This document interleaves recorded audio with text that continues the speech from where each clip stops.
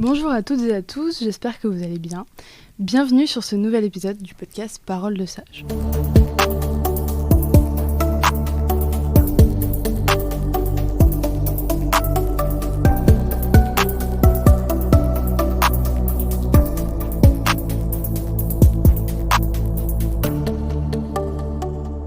Les émotions nous traversent tous. Colère, tristesse, peur, joie et encore plein d'autres.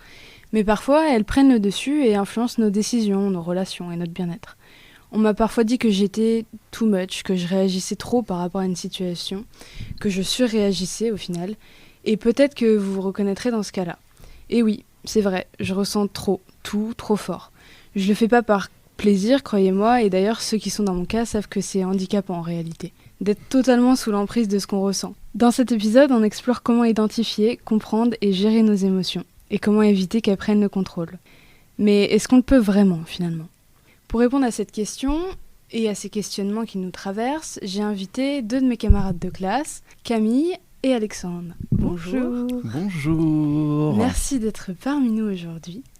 Alors, je vais commencer par une question la plus vague qui soit. Comment vous ressentez vos émotions ? Est-ce que vous vous considérez aussi comme quelqu'un qui ressent tout trop fort ?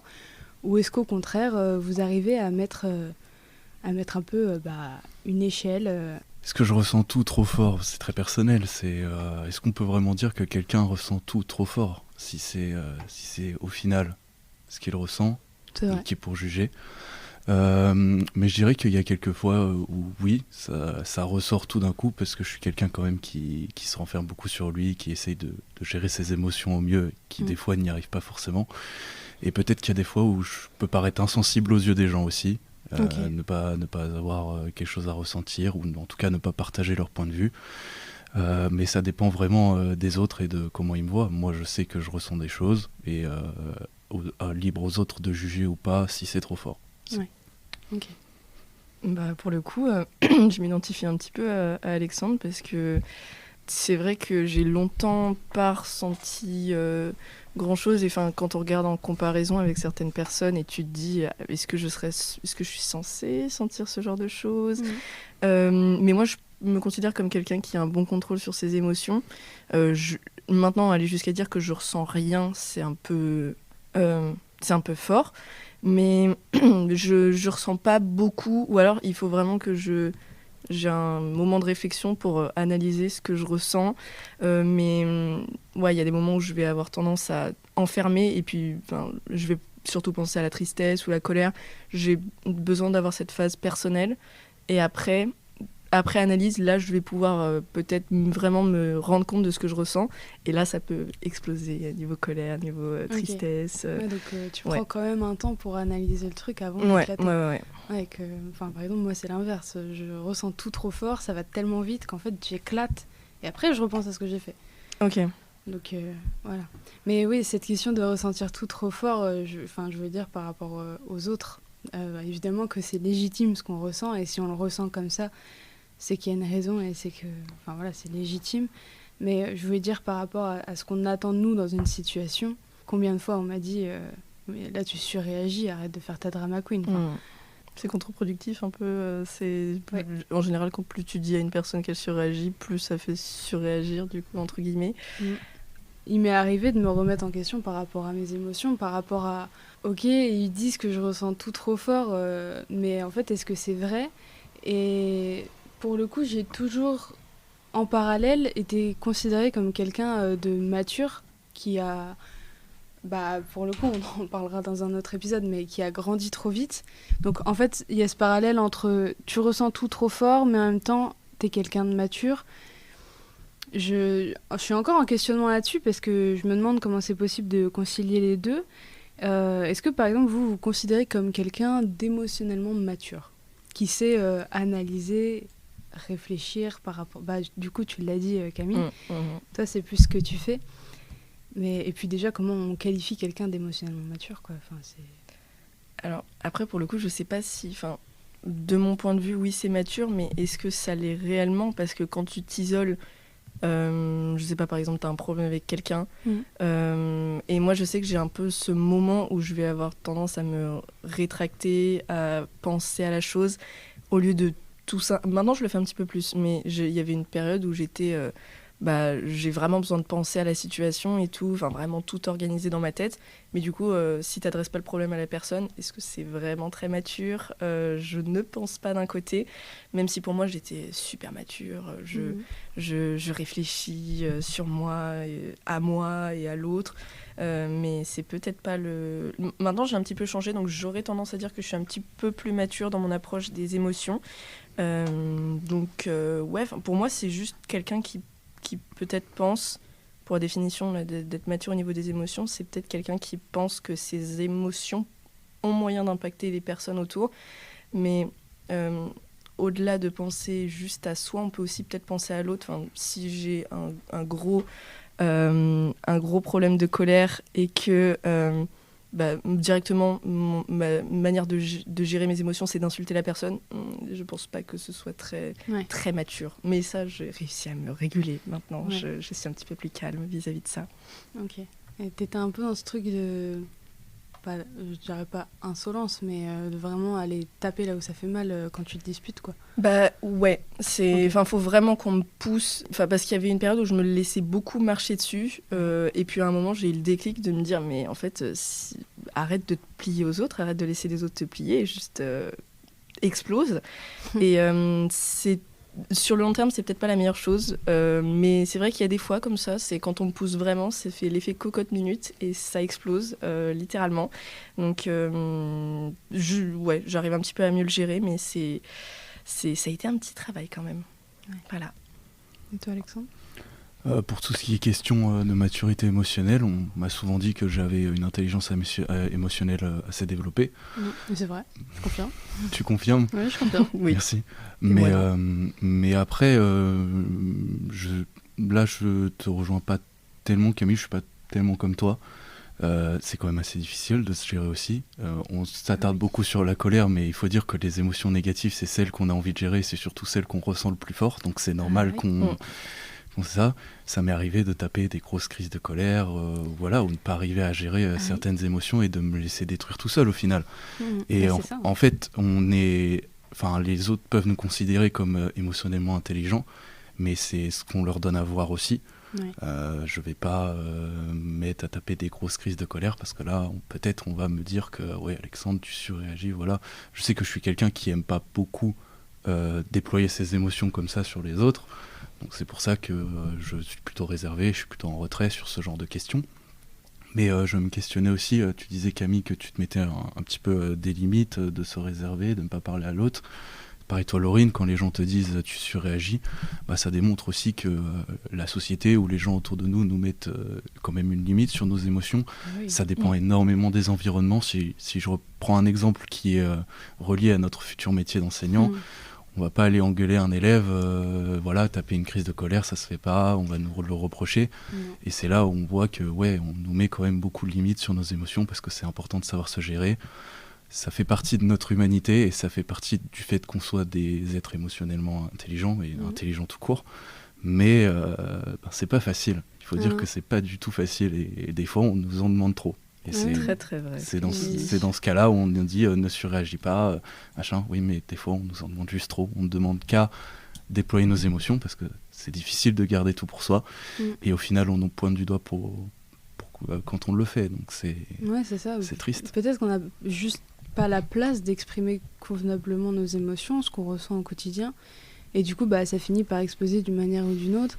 Et c'est vrai que, comme tu disais, la société quand même impose des limites à tout ça et à ce qu'on ressent. Enfin, c'est quand même fou de se dire qu'on a une retenue par rapport à ce qu'on ressent. Enfin, moi, je trouve ça dingue de ne pas pouvoir s'exprimer comme on veut. Et oui, en tant que prof, on a une certaine maturité, un exemple à donner à nos élèves parce qu'on ne peut pas faire n'importe quoi. On ne peut pas quitter le cours comme ça. Alors, il y a des profs qui le font. Peut-être que ça nous arrivera. Mais il y a juste un moment où c'est trop, alors qu'on est censé avoir ce truc de non, tu gardes pour toi, tu gardes bien au fond, t'en parleras après le cours, mais pour l'instant, c'est à toi de donner exemple à tes gamins. Et voilà. Mais encore une fois, c'est que ce que la société veut montrer à nos futurs adultes, quoi. Donc ouais, je comprends ce truc. Mais toi, c'est plus, du coup, ressentir... de manière seule. En fait, tu éclates une fois que tu es seul. Ouais, c'est totalement ça, que ce soit les crises de larmes, les crises de Ouais, colère, ouais, ou même, pour prendre un sujet plus joyeux, tout simplement la joie aussi. C'est quelque chose que je me suis rendu compte assez récemment, c'est que j'aime beaucoup partager ce que je fais. Enfin, j'aimais beaucoup partager ce que je fais. Et au final, je prenais pas assez le temps pour moi de me dire « Ah, c'est super, t'as fait ça, sois fier de toi. » Voilà. C'est aussi savoir apprendre à gérer ses émotions tout seul et surtout à les accueillir, à les accepter et à se dire elles nous font grandir en réalité. Alors qu'on nous dit de les réprimer. Des fois, on nous dit de les réprimer, malheureusement, mais elles nous font grandir et elles sont partie intégrante de nous. Ouais, c'est ça, c'est exactement ça, c'est apprendre à les accepter. En fait, t'en viens déjà à ma conclusion, Alexandre, c'est génial. On peut arrêter le podcast juste ici. Allez, clap de fin. Non mais ouais, je trouve ça super important aussi, et enfin je le dis sur tous les épisodes, ça doit être chiant pour vous auditeurs, mais c'est vrai que je trouve ça fou à quel point on peut être différent par rapport à une même situation. Là, par exemple, pour le fait de gérer ses émotions, on voit, ne serait-ce qu'à vous deux, qu'il y a une manière différente de prendre le truc et d'analyser. Enfin, toi, justement, Camille, tu vas être plus dans l'analyse, alors que nous, Alexandre, on est plus dans l'explosion, quoi. Mais je trouve ça... En fait, moi, je t'admire, Camille, parce que je trouve ça très compliqué de pouvoir... de pouvoir prendre du recul par rapport à une situation et de se dire, ok, il s'est passé... Enfin, dis-moi si je me trompe, mais en gros, toi, quand il t'arrive un truc, on va dire une émotion assez forte, tu rentres chez toi, tu te dis, ok, il s'est passé ça, telle personne a fait ça, moi j'ai fait ça. En fait, tu poses la situation, mais vraiment de manière totalement neutre, sans émotion, quoi. Ouais, en fait, c'est que ça va surtout être pour le coup, pour représenter l'émotion de la tristesse, parce que j'ai pas mal parlé de la colère, parce que la colère, pour le coup, là, j'ai de moins en moins de patience et j'ai de moins en moins de capacité à analyser. Et voilà, l'explosion dont je parlais, ça arrive très très rapidement. Mais par exemple, pour ce qui va être tout, un peu la déception, enfin des choses, je sais pas, il y a des amis qui me déçoivent, avant de directement adresser, j'ai besoin de me poser chez moi tranquille et de me dire ok, il s'est passé ça. J'essaye en fait de rationaliser aussi, de me dire ah mais il y a peut-être dû avoir ça de leur côté. Donc parce qu'avant j'avais tendance à vite monter au créneau entre guillemets et à m'agacer assez facilement. Mais là j'essaye pour le coup de prendre un petit peu plus de recul. Et ouais, surtout pour la tristesse, j'essaye de ne pas laisser la tristesse en elle-même s'installer avant de juger vraiment l'événement. Donc c'est un peu compliqué, mais j'arrive de plus en plus. Tu vois, c'est ce que je tends à faire et c'est vraiment... J'ai du mal parce que les émotions finissent par prendre le dessus. En fait, vu que je ressens tout trop fort, en fait, une émotion oui, mais comme tu l'as dit, Alexandre, en fait, on peut pas... Enfin, il n'y a pas de normalité par rapport à l'échelle des émotions. Mais je veux dire, si une personne ressent, je sais pas moi, une nostalgie, moi, je vais la ressentir fois 1000, quoi. Je vais tout remettre en question parce que je me dis, ouais, mais cette période-là, elle était trop belle et pourquoi j'y suis plus ? Alors que je sais que sur le moment, j'étais pas forcément la plus heureuse. Mais je sais que j'étais peut-être plus heureuse que maintenant. Ouais. Mais ouais, cette montée d'émotions, moi, elle monte vraiment très fort. Et la colère, pour le coup, on en parlait, c'est vraiment une émotion que je n'arrive pas à gérer, par exemple. La frustration, waouh. Non, mais je te comprends totalement sur ce point-là. On a eu une discussion assez récemment par message en plus par rapport à ça. C'est vrai. La colère, je te rejoins totalement. Moi aussi, j'en fais des crises de colère, mais pour des trucs absolument minimes. Par exemple, je me cogne parce que j'ai mal calculé ma distance, je me cogne à mon armoire. Je fous un coup à mon armoire. Parce que juste, je me dis, il faut que je me venge, quoi. Ouais. Okay. Et au final, ça fait poser des questions sur comment faire après, comment arriver à se gérer, comment arriver, si jamais on espère la vie à deux, il faudra pas se mettre en colère comme ça, parce que ça met en danger l'autre, ça met en danger soi-même au final. Mais il faut dire aussi que les crises de colère, ou la colère en général, moi, c'est l'émotion qui me fait sentir le plus vivant aussi. Sur un court laps de temps, tu te dis je suis là, c'est bon là.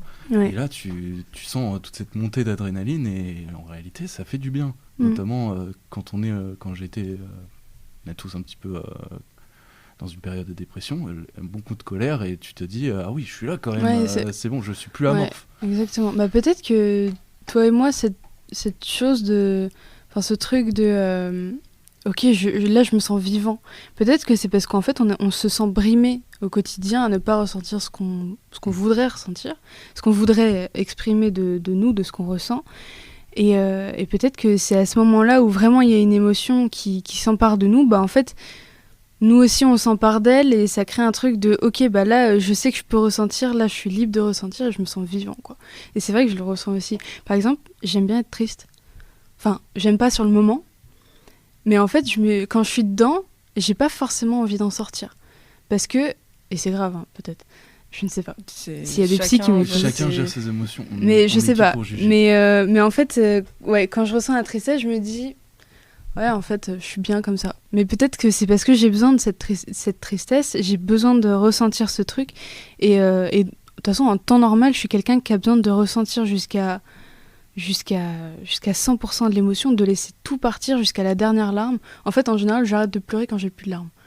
J'attends pas avant. Je te rejoins sur ce point-là. D'abord, je laisse l'émotion passer. Souvent, ce que je fais, c'est que je vais dehors et je parle tout seul. Vraiment le fou du village.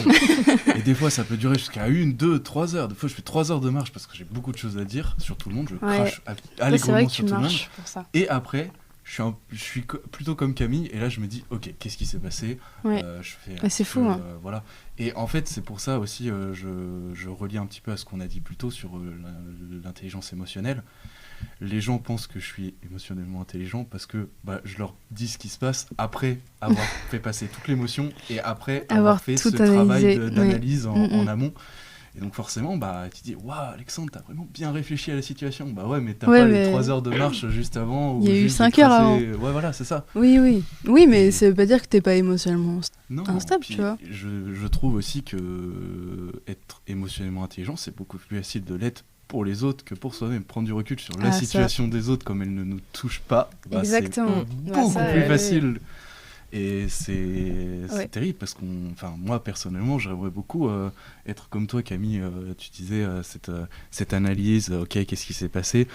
Et au final, juste ton émotion, elle te prend par la gorge et t'es en mode, bon, allez, c'est pas pour maintenant la réflexion. Ouais, exactement. Mais je trouve ça dingue, vraiment. Je sais pas. En fait, ce qui me fascine, c'est comment physiquement, psychiquement, scientifiquement même, ça se passe dans notre cerveau. Alors évidemment qu'il y a des explications scientifiques que je n'ai pas parce que je suis une littéraire. Mais je trouve ça fou à quel point on peut déjà ne serait-ce que ressentir une émotion et à quel point elle peut monter crescendo chez nous et nous faire arriver à de tels états. Mais je suis d'accord. J'ai aussi ce travail d'analyse. Je suis pas non plus... je réagis pas à chaud tout le temps. En fait, c'est un peu comme ça. C'est qu'il y a une partie où je ressens directement n'importe quelle émotion, c'est de la frustration. Je vais être frustrée, ça va pas me plaire. Du coup, je vais vite monter en pression. En général, je me retire. Puis après, je réfléchis. Je mets tout sur du papier. Moi, je marche pas. Je mets tout sur du papier. Et je parle toute seule. En fait, ce podcast a lieu parce que sur mon téléphone, j'ai 15 000 enregistrements de moi qui parlent toute seule et me dit « Oui, mais c'est pas normal quand même qu'elle a fait ça. Mais du coup, c'est peut-être moi qui en prends la question. » Donc voilà, il y a des milliers d'enregistrements sur mon téléphone. C'est juste moi qui réfléchis à la vie et à ce que je ressens. Et donc je pose tout sur du papier, sur un vocal, sur un truc. Je suis obligée de poser ce truc. Sinon ça sort pas. Et si ça sort pas, ça ressortira plus tard et ce sera encore pire, je le sais. Et après, j'analyse et je fais ok, il s'est passé ça. Qu'est-ce qu'on fait ? Mais avant, il y a quand même ce truc de j'explose, je ressens trop. Je suis capable de pleurer pendant des heures. Hein. Vraiment, je n'ai pas de limite. Je bois beaucoup d'eau, mais elle ressort aussi... dans les larmes, voilà. Non mais vraiment. Tu restes hydratée, c'est bien. Mais même la joie, en fait, pas forcément les émotions négatives, parce que c'est vrai qu'on parle beaucoup d'émotions négatives. Quand on parle de gérer ses émotions, de manière générale, on pense aux émotions négatives. Mais les émotions positives comme la joie, la gratitude, tout ça aussi, je le ressens fois 1000. C'est-à-dire que moi, je suis capable de pleurer de joie parce que je vois un chat. je suis contente. Ok. Je te comprends. Les chats, c'est... Ou alors je vois juste, c'est cliché, mais vraiment les vidéos là sur TikTok où il y a des militaires qui retrouvent leurs femmes ou leurs enfants, bah voilà, tu peux être sûr que je vais chialer quoi. Et en fait, je ressens tout trop fort. Et je dis trop fort parce que moi, ça m'énerve de ressentir autant. Parfois, j'aimerais juste mettre mon cerveau en off et juste ne pas penser et pas ressentir surtout. Bah alors pour moi, tu ne ressens, si je compare à moi, ce qui est la pire chose à faire d'ailleurs, de comparer la gestion des émotions, mais tu ne ressens pas trop, parce que pour moi tu ressens juste, parce que pour moi là, ce que tu décris là, je vais jamais pleurer devant une vidéo ou un film triste, et je regarde, je sais pas, je suis au cinéma et je vois les gens qui pleurent et tout pour une scène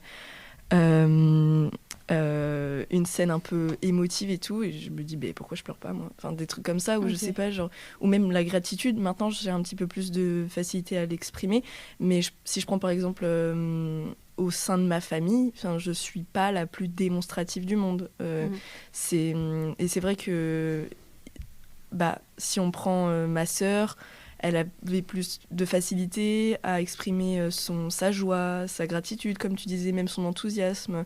Et en fait, moi, même rien que par exemple le tactile, moi je suis pas la personne la plus tactile du monde. Et c'est vrai qu'au sein même d'une famille, tu te dis. Pour moi, c'était compliqué de voir ma sœur, et même pour mes parents.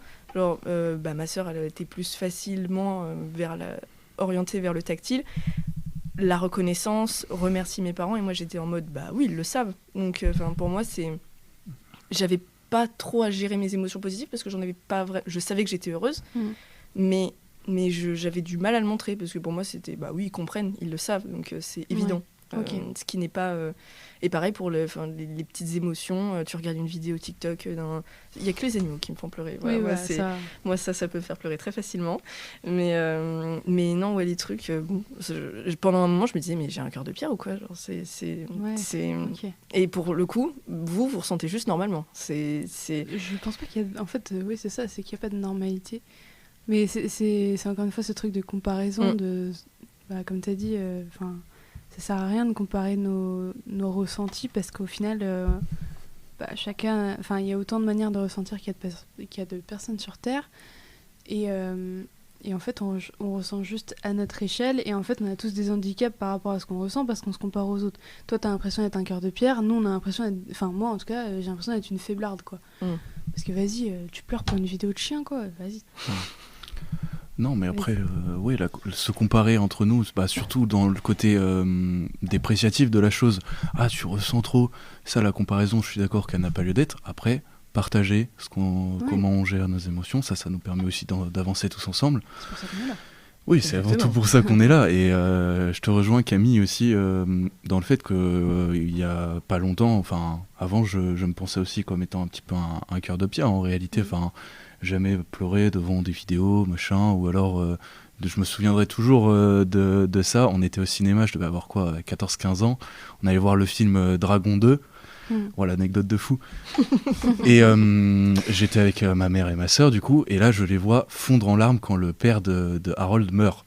Oh, le spoil, au secours. Pardon. Pardon. Merci, je comptais le voir ce soir. Non, je regrette. Excusez-moi, le film il a quelques années, c'est plus mon problème. Oui, c'est vrai. Et en fait, je sors de la salle, moi j'ai pas versé une larme parce que je trouvais pas ça triste, tu vois. Et au final, on m'a dit, mais Alexandre, t'as un cœur de pierre ou quoi ? Voilà. Et dans ce côté gratitude, Camille, je te ressens aussi, dans le fait que c'est que très récemment aussi que j'ai compris que, en fait, ça fait du bien de recevoir des compliments de la part des gens, ça fait du bien quand on apprécie le travail des gens, et c'est pour ça que je tends à le faire de plus en plus, parce que je trouve que dans notre monde actuel, on ne valorise pas assez les gens pour ce qu'ils font. Exactement. Ne serait-ce que pour se lever le matin et encore une fois aller en cours. C'est toi qui me l'as dit l'autre fois. Je le dis souvent à beaucoup de gens, mais c'est pareil quand on est professeur, quand on est enseignant, se lever pour aller faire cours devant 30 élèves, c'est pas quelque chose de facile, et franchement faut féliciter tous nos enseignants et nos futurs enseignants de le faire. Et c'est vraiment avec la rencontre avec une certaine personne qui m'a fait dire que on peut aussi exprimer l'amour, envoyer des petits messages comme ça dans dans un vide intersidéral entre deux conversations. Waouh, t'es super, tu fais ça trop bien, machin. Oui. Ça fait toujours du bien de recevoir quelque chose, un petit compliment, et surtout peut-être parce que j'ai envie qu'on m'en envoie aussi. Mais t'es comme ça, hein, t'es toujours, enfin, ceux qui connaissent pas Alexandre, il est toujours en train de te complimenter, de te faire remarquer des trucs que toi tu trouves soit normal, soit que tu savais juste pas, que t'avais juste pas remarqué, et t'as cette facilité à envoyer de l'amour sans gêne, quoi. C'est juste naturel, et vraiment ça fait du bien de rencontrer aussi quelqu'un comme ça. Moi j'ai aucun mal à exprimer aussi ce truc-là d'amour, de gratitude. Enfin, je dis très souvent merci, je dis toujours merci à tout le monde, tout le temps. Enfin voilà, ne serait-ce qu'à mes parents, parfois ma mère elle reçoit des messages, merci d'avoir été ma maman. Oh, c'est trop mignon. Mais ça. parce que juste je le ressens, et j'ai comme une émotion négative, j'ai besoin que ça sorte. J'ai besoin de... Pareil, je t'aime, j'ai aucun de mal à le dire, et ça j'en suis fière, parce que j'ai des parents qui m'ont aussi appris à m'exprimer comme ça, parce qu'ils m'ont toujours appris que c'était important de dire ce qu'on ressentait, d'exprimer ses émotions, de pouvoir dire je t'aime, de pouvoir dire merci. Et ça, je trouve ça très important, et je les remercie d'ailleurs de m'avoir inculqué ces valeurs-là. C'est pas parce qu'on le fait pas qu'on n'est pas... voilà, bien sûr. Hein. Oui, mais ça facilite pas les choses pour la personne après. Genre, tu parlais des parents ? Ou de... Si les parents ne disent pas je t'aime à leurs enfants ? Ah, non, bah après, je veux dire, c'est pas parce qu'on l'a appris qu'on le fait déjà. Et c'est pas parce qu'on nous l'apprend pas qu'on peut pas le faire. Voilà. Ouais. C'est juste que moi, on m'a appris comme ça. Et maintenant, je trouve que... Enfin, je pense que mes parents me l'ont inculqué, mais moi aussi, j'ai appris aussi de mon côté, et j'ai développé aussi cette capacité de mon côté. Mais encore une fois, c'est pas parce qu'on nous l'apprend pas qu'on peut pas le faire, et vice-versa. Je voulais aussi vous demander, c'est quoi l'émotion que vous préférez ressentir ? Ça m'intrigue. Wow. Qu'elle soit négative ou positive, parce qu'on peut penser à une émotion positive, mais... C'est une question qui est... Parce qu'en fait, moi, je sais pas si c'est une expérience, non pas du tout, une émotion en elle-même. Ou un ressenti, un sentiment. Mais ouais, en fait, je me souviens, j'avais fait une liste de tous les moments où j'avais été vraiment genre joyeuse dans ma vie. Et en fait, c'était des trucs, mais vraiment une joie intense. Donc je pense que pour moi, ce serait la joie, mais il y a un petit truc où en fait, c'est pas juste la joie en mode ah là, je mange un hamburger et là, je suis joyeuse d'avoir mangé le hamburger. Je sais pas, genre, c'est très précis. Genre, je suis à la fête foraine, je suis dans un manège à sensation, je suis avec mes amis autour, et genre là, je suis intensément joyeuse. Ouais, c'est je sais pas, je me souviens d'un voyage avec mes parents, mais à un moment précis, genre, on est au resto. Là, mais c'est pas juste la joie comme ça, mais c'est juste tu te sens vraiment vivant, parce que je sais pas, en fait c'est des moments très très très précis, et je me souviens que j'avais fait une longue liste comme ça de trucs très très très très précis pour le coup, et c'est de la joie mais fois 1000, donc je pense que ce serait la joie, mais ce type de joie très particulier. Ouais, je vois. Y a un mot pour ça que je vais évidemment pas retrouver comme tous les épisodes, je perds mes mots. Je sais plus comment ça s'appelle, mais c'est justement ce truc d'atteindre. Je vais l'avoir sur le bout de la langue, c'est insupportable. C'est d'atteindre d'avoir l'impression de toucher le bonheur du doigt, ne serait-ce que pour un moment. Et punaise, je l'ai plus ce mot. Mais c'est exactement ça, l'image, c'est un petit peu ça. T'as l'impression que tu te rapproches du bonheur et que t'as deux doigts de ça, quoi. Enfin, t'as ça de le toucher. Non, puis comme tu décrivais la fête foraine, dans tout ça, c'est un mélange d'euphorie, l'adrénaline aussi qui joue beaucoup. Enfin, en réalité, c'est juste un mélange. C'est de l'exaltation, c'est un bonheur intense que tu ressens sur le moment, qui est pas forcément fait pour durer, parce que tu sais que ça va pas durer, parce qu'après tu rentreras chez toi. Mais oui, je comprends ce truc. Non, enfin là, on est dans l'explosion, mais pas de colère, on est dans l'explosion de joie un petit peu. Exactement. Ouais, c'est ça. J'en avais parlé avec Esaïe, mais justement, quand on était allé à la fête foraine la dernière fois, il m'avait dit là, je sors du manège, j'ai envie de faire un câlin à quelqu'un. Genre, et c'est vrai que j'étais en mode, mais oui, c'est ça, tu mets des mots sur quelque chose. Et c'est carrément ça pour moi. Pour ma part, c'est carrément ça. Ok, mais c'est beau, c'est magnifique. C'est magnifique. Toi, Alexandre ? Je sais pas, parce que comme je l'ai dit plus tôt, la colère, c'est l'émotion qui me fait sentir le plus vivant. Mais est-ce que c'est celle que je préfère ? Loin de là. Non. Voilà. Je sais pas si c'est un peu comme toi, Camille, mais moi, ce qui ressort en moi par rapport aux émotions, c'est, quand j'étais plus jeune, forcément, dans mon enfance, je suis un petit peu comme toi, Laurine, je trouve que la vie était mieux avant.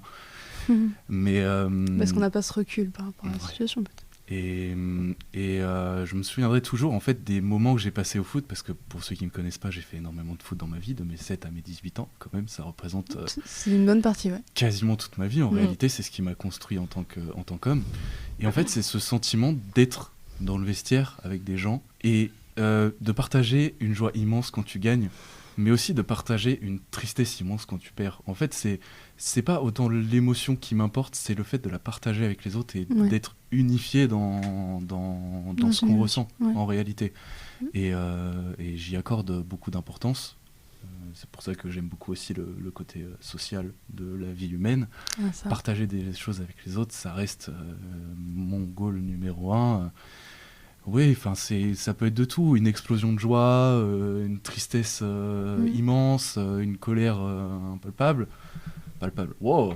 Mais tant que je la ressens avec quelqu'un ou avec plusieurs personnes, je trouve que ça la démultiplie et ça la rend d'autant plus vivante. Encore une fois aussi, ça la partager avec les autres, ça se fait se rendre compte que on est là, on est important pour des gens. Et c'est ça qui fait du bien aussi. Ouais, mais c'est pour ça que tu devrais pas avoir peur de tes émotions et ne pas t'isoler et t'y confronter toutes. Je dis ça, je fais la même chose. Mais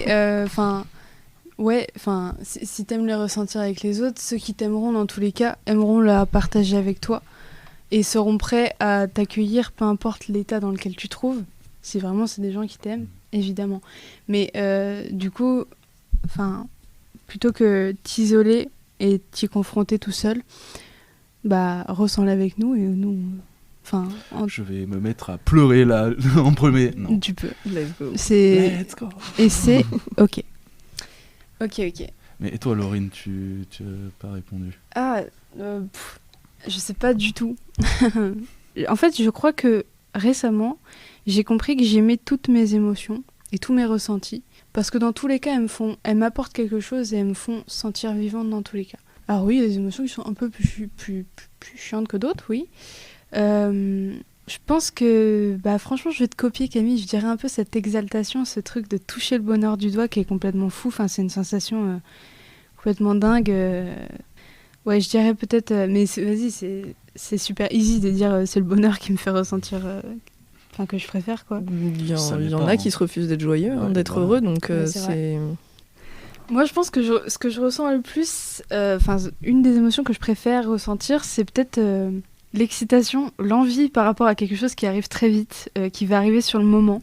Alors, je vais préciser, parce que là, ça part mal, mais en gros, ce que je voudrais dire, c'est, par exemple, je sais que là j'ai un rendez-vous où je sais que je vais aller faire un truc, par exemple je vais aller au cinéma, je sais que je vais être trop contente, je sais pas encore ce qui va se passer là-bas, mais je sais d'avance que je suis contente de le faire. Je sais pas si on arrive à saisir ce que je veux dire. Tout à fait, Si, on avait vu ça en philo, que des fois la véritable joie c'est avant l'événement ou avant le cadeau, et qu'une fois que tu le vis en lui-même ou que tu as le cadeau, je sais plus quoi, tu perds cette envie, justement, parce qu'il y a l'attente, en fait. Je pense que toi t'aimes l'attente Ouais, c'est de pas encore savoir ce qui va se passer, mais je sais que ça peut être cool. Bien. En fait, je sais pas à quel point ça peut être bien ou pas bien, du coup je vais être heureuse par rapport à ça. Encore une fois, c'est un sentiment tellement précis et particulier que c'est difficile à décrire. Mais ouais, par exemple, quand j'ouvre un cadeau, je sais pas encore ce que ça va être. Je m'attends à tout comme je m'attends à rien. Mais du coup, je suis quand même contente j'ai ce cadeau entre les mains, il est pour moi, et voilà. Et justement, par rapport à ce truc de quand je suis trop contente par rapport à un truc qui s'est pas encore passé ou qui s'est passé, moi je le ressens dans ma gorge. C'est vraiment la gorge qui se serre très fort et comme je disais dans l'intro, c'est comme des barbelés qui viennent dans ma gorge. Voilà, ça me fait vraiment mal physiquement. Et d'ailleurs, je sais pas si ça vous arrive, mais je ressens aussi les émotions de manière physique. C'est-à-dire que je peux faire des grosses plaques par rapport au stress. J'en ai parlé avec une amie à qui c'est arrivé aussi récemment. Des plaques par rapport au stress, ou alors je perds mes cheveux abondamment. Voilà, c'est assez pénible, assez handicapant pour le coup. Et je sais pas si ça vous arrive, mais moi, ça se ressent aussi physiquement, quoi.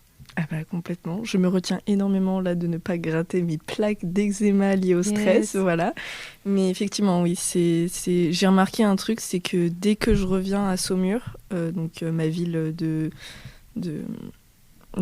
Natal, exactement, merci, notamment où j'associe plein de trucs négatifs, pas par rapport à ma famille ou à mes anciens amis, mais juste genre scolairement parlant, genre, c'est une ville que j'exècre au plus haut point. Et en fait, j'ai remarqué qu'à chaque fois que j'y retourne, ça me procure inconsciemment, parce que je ne suis pas quelqu'un qui considère que je ressens le stress, l'anxiété, ou même tout ce type d'émotions. Pour moi, je ne le ressens pas de manière explicite, mais c'est plutôt implicite, notamment avec l'eczéma. Voilà. Okay. Et j'ai remarqué qu'à chaque fois que j'y retourne, le week-end, je commence à avoir ça. C'est waouh! En fait, c'est ton corps qui te fait passer un message. C'est mon corps qui me fait passer un message, oui. Qui te rappelle que tu as vécu des choses qui t'ont pas plu ou qui t'ont desservi, et donc t'as pas envie de ressentir la même chose. Donc, très clairement. Oui, donc, au lieu de te le faire ressentir sous de la colère, de la tristesse, de la nostalgie ou que sais-je, il te fait des plaques d'eczéma, quoi. Ouais, let's go. C'est très handicapant, mais ouais, bien sûr. Non, je vous rejoins totalement, les filles, je suis complètement d'accord avec vous. Le corps fait bien ressentir aussi ce qu'on ressent en termes d'émotions. Après, je prends l'exemple là de la tristesse, parce que c'est celle qui m'a le plus marqué, mais je sais que moi, ne serait-ce que pour avoir du mal à se lever de son lit, ou voilà, ce genre de choses. Surtout la sensation de vide, toi, Laurine, c'est plutôt au niveau de la gorge que c'est serré. La sensation de vide au niveau de la poitrine, c'est quelque chose que j'ai beaucoup ressenti aussi. Et du coup, forcément, tu te dis, il y a un trou, t'as pas envie de manger, t'as pas envie de machin. Après, c'est la dépression, c'est ça, c'est normal. Mais même au-delà, juste quand je suis stressé, je sais que... Bon, les auditeurs ne verront pas, mais je joue beaucoup avec les mains comme ça. Ça, on a toujours un truc dans les mains. Mais vraiment. Et, ou alors, ce truc aussi... pas forcément relié à la tristesse, mais le physique qui commence à s'essouffler aussi. Je sais que, encore une fois, avoir du mal à se lever de son lit, certaines blessures du foot qui reviennent aussi, les genoux qui font mal, voilà, ce genre de choses, parce que, je me suis jamais pété, qu'on bien me fasse, mais j'ai reçu beaucoup de coups, et en fait, ce truc, des fois, tu les ressens encore, mine de rien. Des années après, quoi. Ouais, juste parce que t'es un peu en dépression, et en fait c'est ta faiblesse, j'avais appelé ça la faiblesse physique, parce que moi le physique c'est quelque chose auquel j'accorde beaucoup d'importance. Si je suis faible physiquement, c'est que je suis faible tout court. Et des pas fois, vrai. C'est pas vrai, mais c'est mon cheminement de pensée. Et des fois des vieilles blessures qui se réveillent juste parce qu'on ressent des trucs, et nos émotions sont en train d'affecter notre corps aussi, quoi. Ouais, je vois. Ouais, c'est super intéressant que des blessures se réveillent des années après, quoi. Vous avez entendu parler de la somatisation ? Ça ne dit absolument rien. Non, pareil. La somatisation, c'est le fait de ressentir une émotion justement physiquement. Par exemple, quand t'as mal aux épaules, quand tu te sens tendu au niveau des épaules, ça peut être parce que tu portes trop de choses sur toi. Tu portes trop de choses sur tes épaules, en fait, tout simplement. Oui, ok, j'en avais entendu parler. Voilà, c'est ce truc-là. Ou par exemple, quand t'as mal aux dents, c'est que t'as envie de dire un truc. Et je sais plus si c'est les dents, mais quand t'as mal autour de la bouche ou quoi, c'est que t'as envie de dire un truc, tu sais que tu veux dire un truc en ce moment, mais que tu t'en empêches. Ou quand t'as mal aux genoux, moi j'ai très souvent mal aux genoux, et je me suis demandé si c'était des problèmes, si c'était lié à la somatisation, et j'avais vu que c'était parce que t'arrives pas à avancer correctement, qu'il y a un truc qui t'empêche d'avancer. Et ça, quand j'ai une douleur que je sais pas expliquer, je cherche toujours l'explication par rapport à la somatisation, et je trouve ça super intéressant. Mais encore une fois, ça c'est un autre sujet, c'est juste que je voulais faire un petit parallèle par rapport à ce qu'on disait là, mais je trouve ça super intéressant. Parallèle très pertinent. C'est super intéressant. Très, très pertinent. Mais vraiment, allez rechercher tout ça, parce que je trouve ça fascinant. Je sais pas si c'est vrai scientifiquement ou quoi, mais c'est vrai que parfois il y a des émotions qu'on peut pas expliquer, il y a des douleurs qu'on ne peut pas expliquer, des ressentis sur notre corps qui sont pas du tout liés à quoi que ce soit de physique pour le coup. Et parfois, tout simplement, c'est des causes plutôt psychiques. On a beaucoup parlé de la évidemment, vu que c'est le titre du podcast, gérer ses émotions. On a beaucoup parlé des différentes manières dont on gère nos émotions. Toi, Alexandre, tu parlais de la marche. Camille, toi, comment tu arrives à gérer tes émotions ? Qu'est-ce que tu fais ? Est-ce qu'il y a un truc que tu fais pour calmer ? Par exemple, si tu veux, j'avais vu un TikTok qui m'a marqué et qui me marquera toute ma vie, qui disait, je vais pas le dire en anglais, si je vais le dire en anglais, when you feel off, turn your body on, and when you feel on, turn your body off. Et ça, je l'applique tous les jours. Toi, comment tu fais, par exemple ? Alors, pas du tout comme toi. Vraiment, je suis pas du tout active. Et vraiment, j'admire les gens qui se disent, je me sens mal, je vais aller marcher, je vais aller... Ouais. Je le fais pas tout le temps. Faire du badminton. Mais moi, c'est vrai que un peu comme toi, j'ai toujours tendance à être occupée. Moi, je ne supporte pas de ne rien faire. J'ai toujours besoin d'être... stimulée. Ouais. Et la plupart du temps, ça va être moi avec mes études. Voilà, je vais tout le temps, genre, tout le temps, faire quelque chose, parce que je sais que je vais pas être capable de profiter si je sais que j'ai pas fait ça. Genre, j'ai pas fait cette fiche de révision. Je suis incapable de profiter du moment.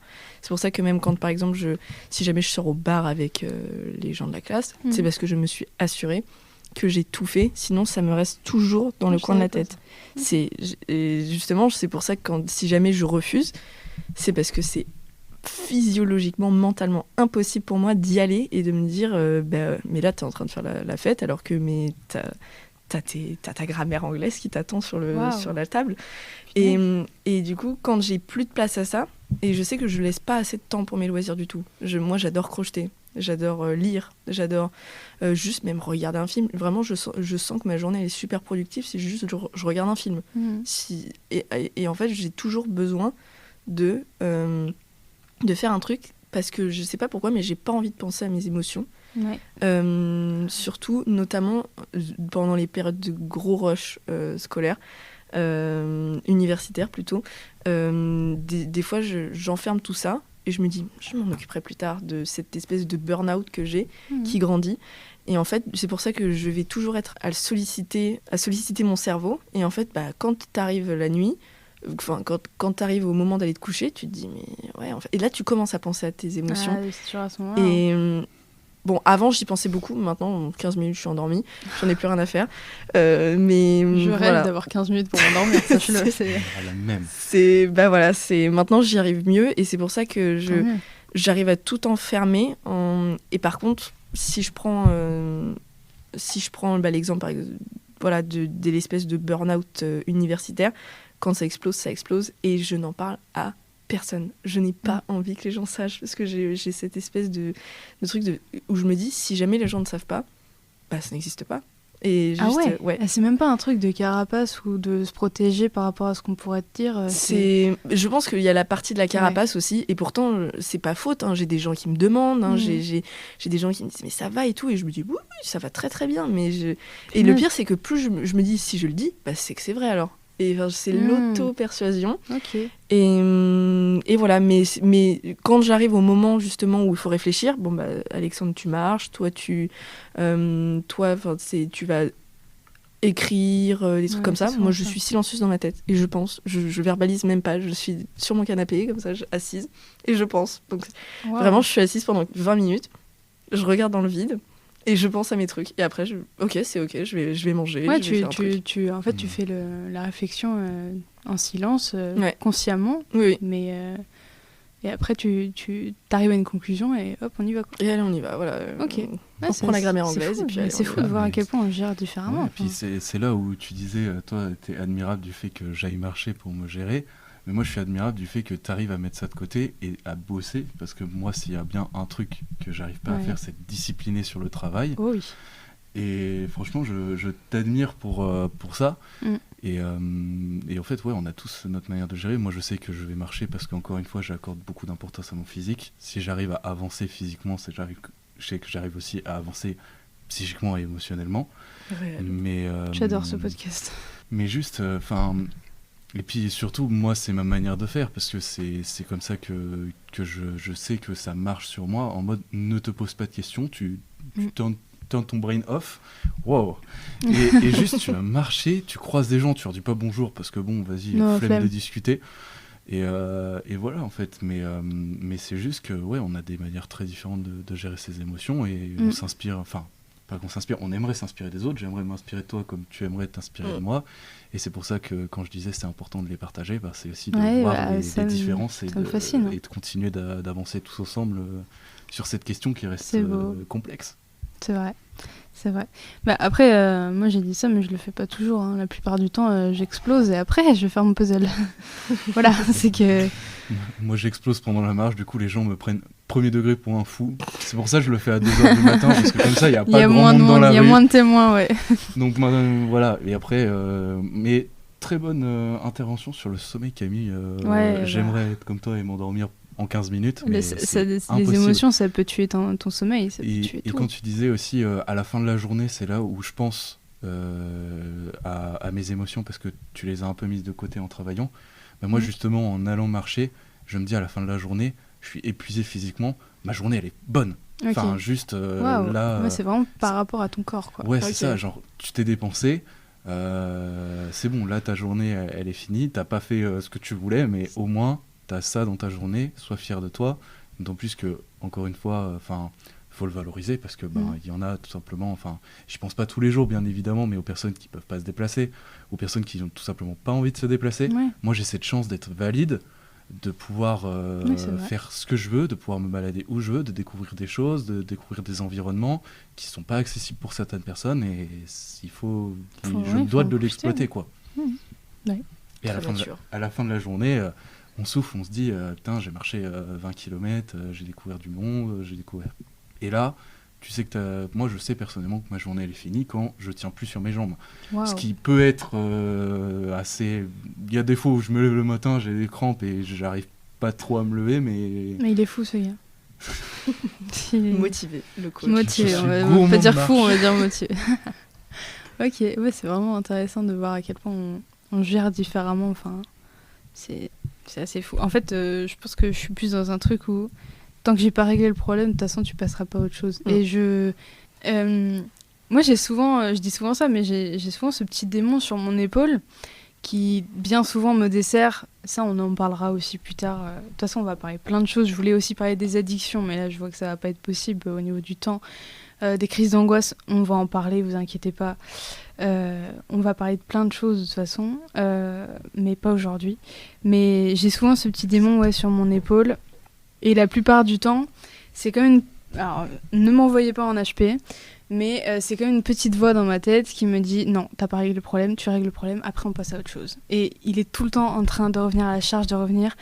Et dès que je commence à me sentir un peu mieux, non, il s'est passé ça, on en parle, on fait un truc, on avance. Et tant que tout n'est pas... En fait, c'est fou, mais il faut que... J'ai pas du tout un esprit mathématique, pour le coup, mais tant que tout n'est pas sorti, que tout n'est pas réglé, que le moindre problème n'a pas eu 1 minute d'attention, je ne peux pas faire autre chose. Et ça me bloque dans énormément de situations. Par exemple, quand je me dispute avec mon copain, par exemple, on est obligé de parler pendant des heures avant de régler le problème, parce que je veux revenir sur toutes les moindres choses qui se sont passées, pour me dire vraiment, au moins, quand la dispute se termine, on a tout mis à plat. Mais tout. Il y a tout mis à plat. Et après, on peut passer à autre chose et on peut recommencer à faire de la merde. Mais on peut recommencer. Mais après, là, je vois, tu le qualifies de petit démon, ne m'envoyez pas en HP. Rassure-toi, je ne vais pas du tout t'envoyer en HP, parce que là, tu prends l'exemple de ton couple, mais ça montre aussi une très grande force que tu as, c'est que tu n'as aucun problème pour communiquer, notamment dans un couple, c'est hyper important. Oui, c'est vrai. Ne serait-ce que pour mettre à plat tes émotions, encore une fois, il y a beaucoup de monde qui ne sont pas capables de faire ça. Et c'est très courageux de juste aller voir la personne en face et de lui dire ça me va pas, il faut qu'on en discute. Ouais. Ça demande des tripes, ça demande du courage, ça demande aussi que la personne en face elle soit réceptive, ce qui n'est pas toujours le cas. Mais il faut pas sous-estimer, on va pas t'envoyer à l'HP pour ça. Mais non, mais enfin voilà, j'ai quand même beaucoup de voix dans ma tête, quoi. Je suis pas toute seule. Je suis d'accord avec toi. Moi, j'ai mon petit démon sur mon épaule qui me dit que je ne mérite rien de ce que j'ai et que je ferais mieux de m'enfermer chez moi. Tu vois, on a tous le syndrome de l'imposteur. Ce petit, ouais, mais vraiment. Hein. Et voilà, donc des fois, on peut le prendre comme un petit démon, mais des fois ça nous fait du bien aussi, et c'est juste comme ça que tu te gères en soi. Oui, c'est sûr. Mais... Si la personne en face te fait remarquer que tu veux trop discuter, tu veux trop mettre les choses à plat, la personne en face qui est en tort, c'est juste toi ta manière d'exprimer tes émotions. On peut pas te juger sur ça. Mais je trouve que, tu vois, encore une fois, tu me dis que c'est du courage. Pour moi, c'est juste normal. Enfin, pour moi, c'est soit je le fais, soit... En fait, c'est une question de survie à ce moment-là. Si j'exprime pas mes émotions, c'est moi que ça va détruire. Et ça m'a déjà détruit par le passé et j'ai pas envie de ça. Et voilà, c'est tout. Mais pour moi, nos émotions, c'est notre plus grande force. C'est notre plus grand moteur. Et sans émotions, en fait, on est juste des robots. Ce qui nous différencie des IA, c'est nos émotions. C'est c'est pas une question de maturité ici, c'est plus une question de moralité. Même si je suis pas forcément d'accord par rapport à ça. On pourrait aussi en parler pendant des heures, mais pour moi, les animaux, c'est... Mais après, je prends mon cas personnel, mais il y a des fois où j'aimerais être une machine, parce que les émotions, c'est ce qui nous dicte, mais l'émotion mène à l'inaction, la joie, ça mène à l'inaction, parce que est-ce qu'on va réellement questionner quelque chose qui nous rend heureux? Non. La tristesse, ça mène à l'inaction aussi, parce qu'on n'a pas envie de faire les trucs. La colère, ça mène à l'inaction, parce qu'on réfléchit plus, juste on déverse. Enfin, voilà, il y a des fois où on est dans gérer ses émotions, mais il y a des fois, les émotions, on aimerait ne pas avoir à les gérer. Mais c'est pour ça qu'il faut apprendre à... alors évidemment, je vais dire ça, mais je fais pas partie des personnes qui arrivent, mais il faut apprendre à rationaliser ses émotions, à les analyser, à prendre du recul. Cette expression, c'est partie intégrante de ma vie, prendre du recul, arriver à comprendre ce qui se passe, pourquoi on ressent ça, qu'est-ce qu'on fait maintenant pour aller de l'avant, et se calmer. Ça peut passer par la méditation, l'écriture, aller marcher, rester 20 minutes sur son canapé à réfléchir à ce qui s'est passé, aller voir un concert, aller voir... Enfin voilà, ça peut prendre... En fait, c'est comme on le sent. Il n'y a pas une manière de gérer ses émotions. Il n'y a pas une manière de se calmer, de calmer la tristesse.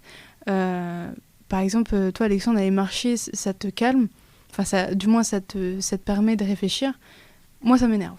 Aller marcher, ça m'énerve. Moi, je marche d'un point A à un point B parce que je suis obligée. Pareil. Mais j'aime pas marcher pour marcher. Les randonnées, c'est ma phobie. Mais bon.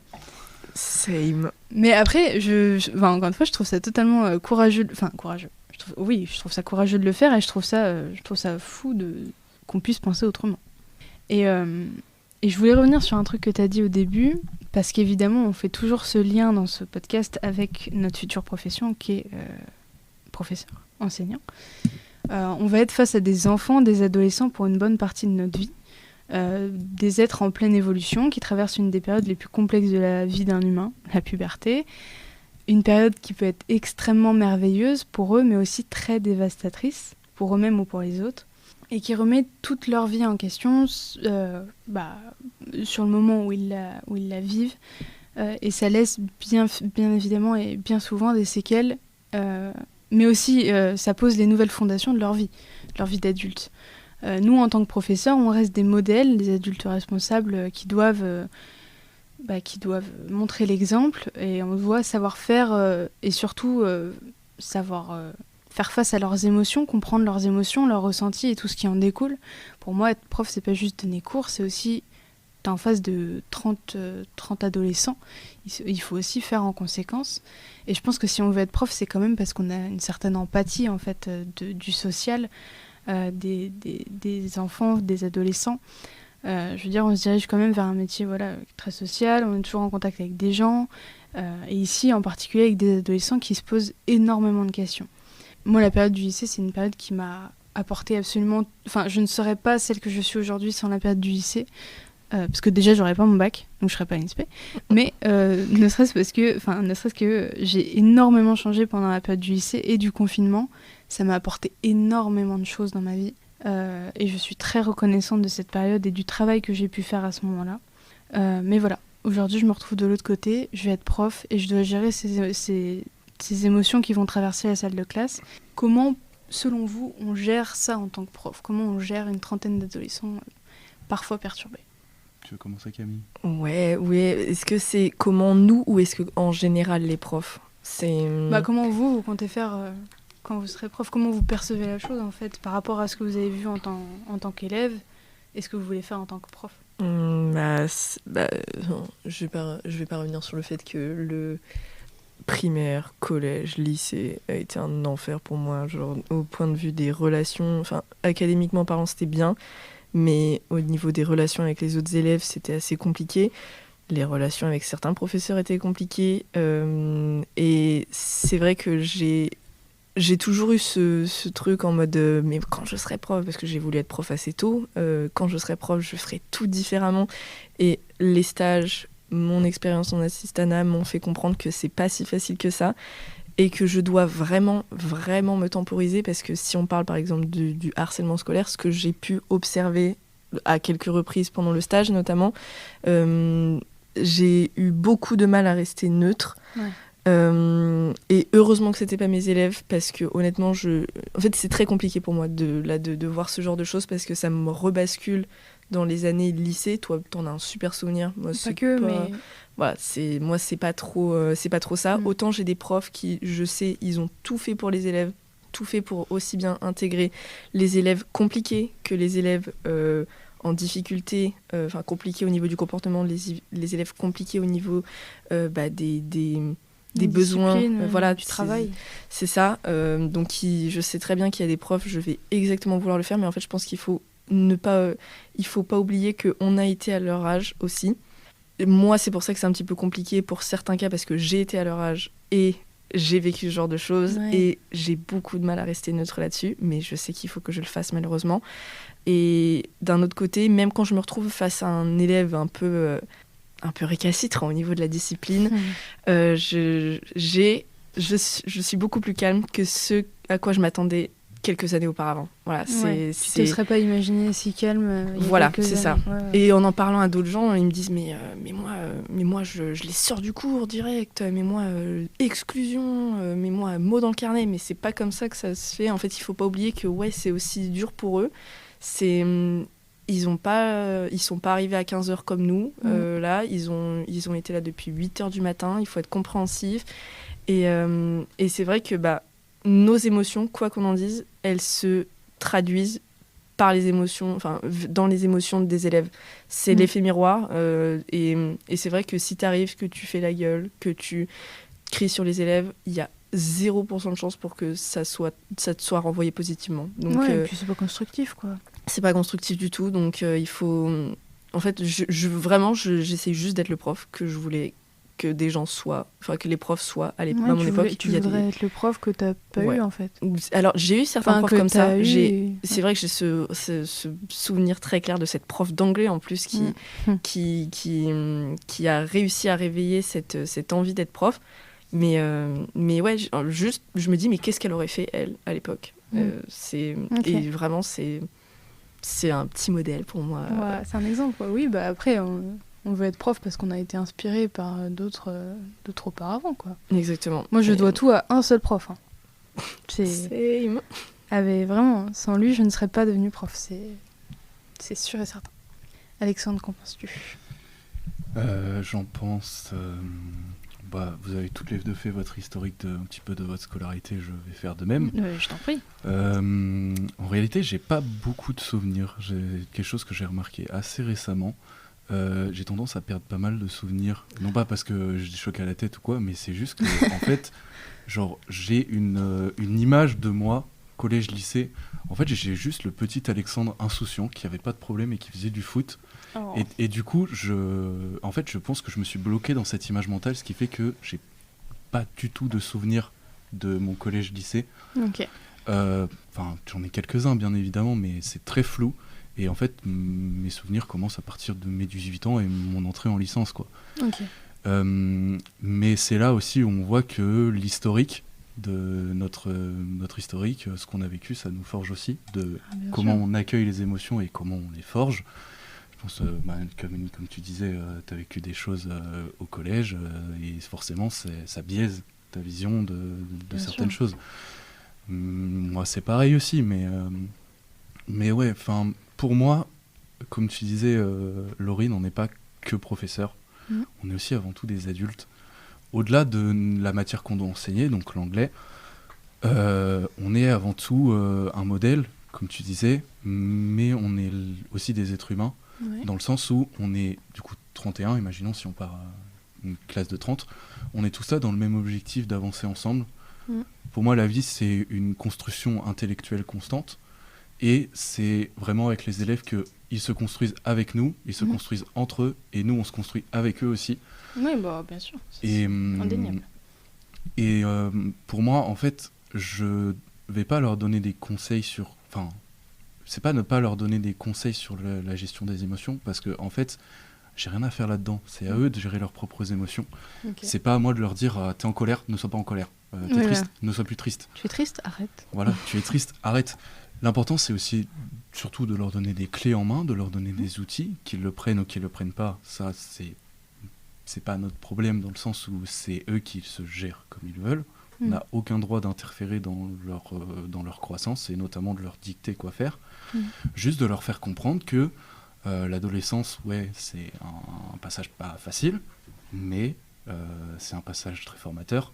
Oui. Ça nous fait grandir, ça nous construit en tant qu'être humain tout au long de la puberté, et leur faire comprendre que c'est à eux d'être maîtres de ce qu'ils veulent, avant tout de prendre les décisions avec lesquelles ils sont satisfaits, surtout leur faire comprendre ça, et leur donner des outils pour prendre ces décisions.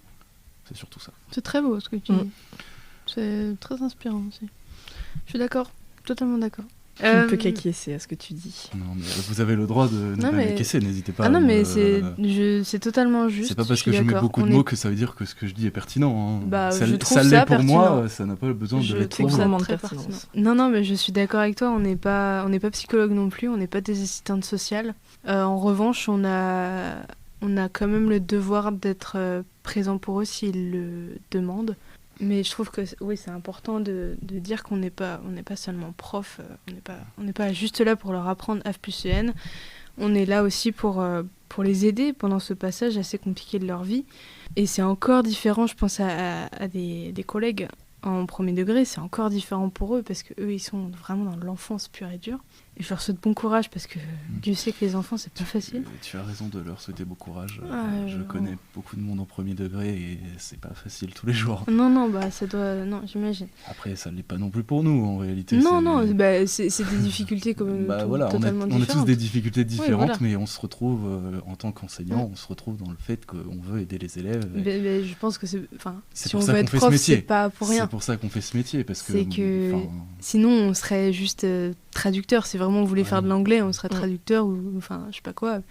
Il y a plein de métiers qui touchent l'anglais, donc voilà, on aurait trouvé. Mais si on veut être prof, c'est qu'il y a un petit truc quand même social et qu'on s'inquiète quand même des adolescents, quoi.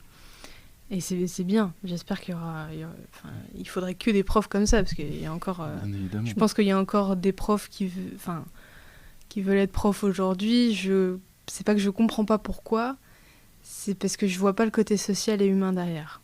Et ça m'inquiète un petit peu. Oui, puis comme tu disais Camille, on a tous été élèves, on a tous été à leur place, et il y a des enseignants qui, des fois, on a l'impression qu'ils n'ont jamais été à notre place, qui ne comprennent pas les élèves, qui n'ont pas d'empathie. Exactement. Et c'est dommage. Et tu as mentionné l'assistante sociale et la psychologue. C'est là aussi où on a un rôle à jouer en tant qu'enseignant, c'est de rediriger vers la communauté éducative, et surtout, ça amène à une réflexion sur nous-mêmes, de se dire, on ne peut pas régler tous les problèmes de nos élèves, on n'en est pas capable, savoir se poser des limites. Et c'est pas notre rôle. C'est pas notre rôle d'être psychologue, et d'autant plus que on n'est pas formé à ça. On peut les mener sur la mauvaise piste, malheureusement, ça arrive, mais savoir rediriger vers les personnes dont ils ont besoin et qui leur correspondent tout simplement. L'important, c'est que tous les élèves trouvent la paix et trouvent le bonheur à la fin de leur scolarité. C'est l'objectif, et même tout au long de leur vie. Et même s'il faut les rediriger vers un autre secteur, en fait. Voilà. Et nous, on a cette pierre à mettre à l'édifice en tant qu'enseignant. On va faire partie de leur vie, quoi qu'on en dise. Vous avez toutes les deux un souvenir d'un professeur qui vous inspire à devenir enseignant. Et donc, c'est là où on a vraiment un rôle à jouer sur les élèves, en réalité. Et c'est quelque chose d'extrêmement gratifiant. C'est pour ça que je fais ce métier aussi. C'est parce que je sais qu'il y a des élèves qui m'apprécient pour ce que je suis et qui m'apprécient pour ce que je leur donne. Même si, des fois, j'ai l'impression de ne rien leur donner et de ne pas être à la hauteur. Et il y a des élèves qui te font comprendre que tu es à la hauteur et ça te procure énormément de plaisir. Ça te pousse vers le haut, toi. Enfin, ils te poussent vers le haut et toi, tu les pousses vers le haut. Ouais, et même des élèves qui ont une situation très difficile. Ouais. Je prends mon exemple, j'ai été dans un collège au premier semestre en réseau d'éducation prioritaire. Des élèves qui vraiment sont dans des situations qui sont critiques, mais qui pourtant ont cette envie d'apprendre, ont cette joie qui transparaît quand ils donnent une bonne réponse. C'est ça aussi, l'émotion des élèves donne la force de continuer dans ce travail, je trouve. Les émotions qu'ils peuvent ressentir et les émotions et ça nous touche forcément. Bah oui, c'est gratifiant. Tu résumes tout, c'est fou. Écoute, je vais te passer le flambeau. Non. C'est incroyable. C'est moi, mes réflexions. Les auditeurs, soyez d'accord, ne soyez pas d'accord.